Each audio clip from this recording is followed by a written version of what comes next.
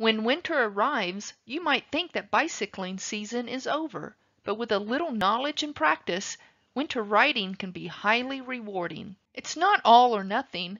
Combine public transportation with a bike ride. Drive halfway, park, and then ride your bike the rest of the way. Bike every other day or every third day, or even once a week. You really don't need much for special clothing.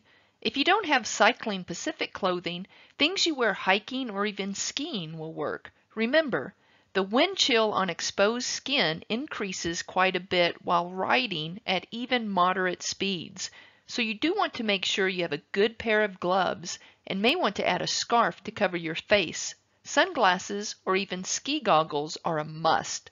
You want a winter cap that will fit underneath the helmet to keep your ears warm while riding in the cold. The things that get cold first are your head, hands, and feet. Invest in a hat, gloves, and some heavy socks. A wool stocking cap worn under your helmet is sufficient for most days. Just make sure the cap you wear is thin enough to fit under your helmet. For gloves, don't get too hung up on the intended activity of the product. For instance, snowboarding gloves will work just fine. Just make sure you can still safely operate the shift and brake levers. It is important to focus on layers.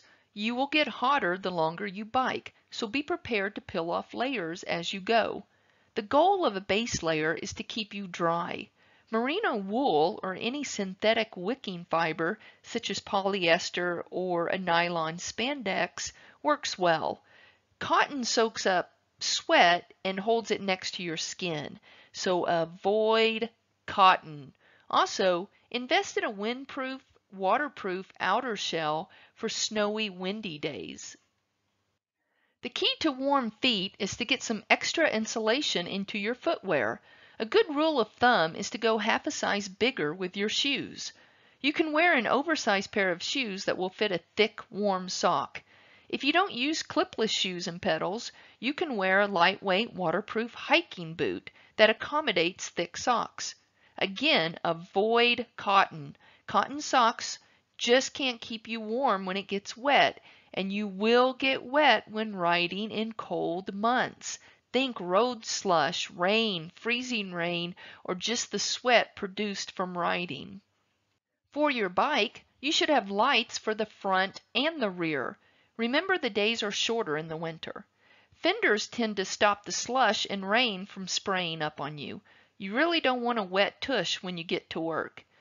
If you need to carry work clothes, then panniers or a backpack will work. With a little knowledge and practice, winter riding can be highly rewarding. Go out there and have fun.